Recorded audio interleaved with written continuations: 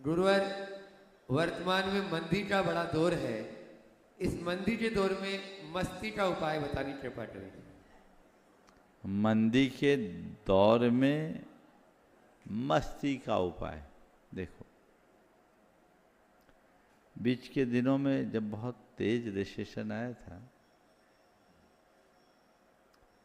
मैंने एक दिन इसी विषय पर प्रवचन किया। मंदी में मस्ती मेरे प्रवचन का विषय था। और उसी दिन संयोग से 2 उदाहरण प्रस्तुत हुए।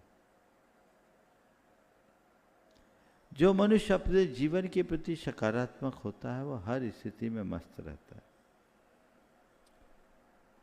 और जिसके अंदर नकारात्मकता होती है या जो आध्यात्मिकता से विमुख होता है, वो हर स्थिति में पस्त होता है।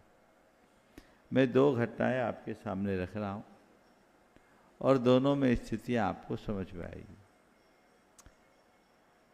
एक सज्जन ने मेरे पास बैठे थे, बोले महाराज जी इन दिनों बड़ी हालत खराब है, पूरा धंधा बैठ गया है, बहुत मंदी है,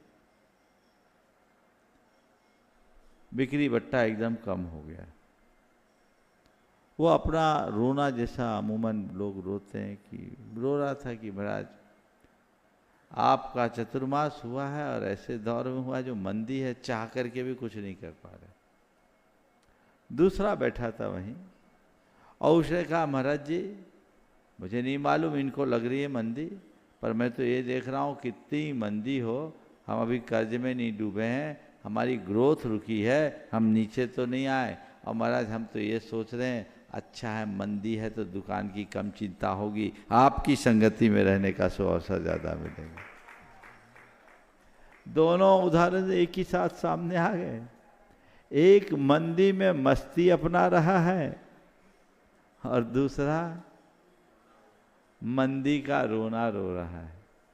क्या होगा? ऐसे लोग रोते ही रहेंगे जिनके अंदर असंतोष होगा, नकारात्मकता होगी, वो रोएंगे। मैंने कई बार ये उदाहरण सुना है कि एक आदमी अपने मित्र के यहाँ होटल में गया, देखा वो बड़ा उदास था। क्यों भाई आज बड़े उदास दिख रहे हो? होटल के व्यवसाय थे। बोले क्या करूँ जी, मंदी का दौर जो चालू हो गया।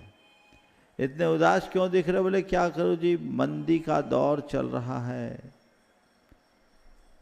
उसने कहा भाई मैं 1 घंटे से यहाँ बैठा हूँ, होटल हाउसफुल है, 50 ग्राहक लौट चुके हैं, फिर भी तुम कह रहे हो कि मंदी का दौर है। होटल हाउसफुल है, 50 ग्राहक लौट गए और फिर भी तुम कह रहे हो कि मंदी का दौर है। बोले इसीलिए तो कह रहा हूं क्योंकि कल तक 100 लौटते थे, कल तक 100 लौटते थे, अब 50 लौट रहे हैं। वैसे लोगों को भगवान भी नहीं संभाल पाएंगे।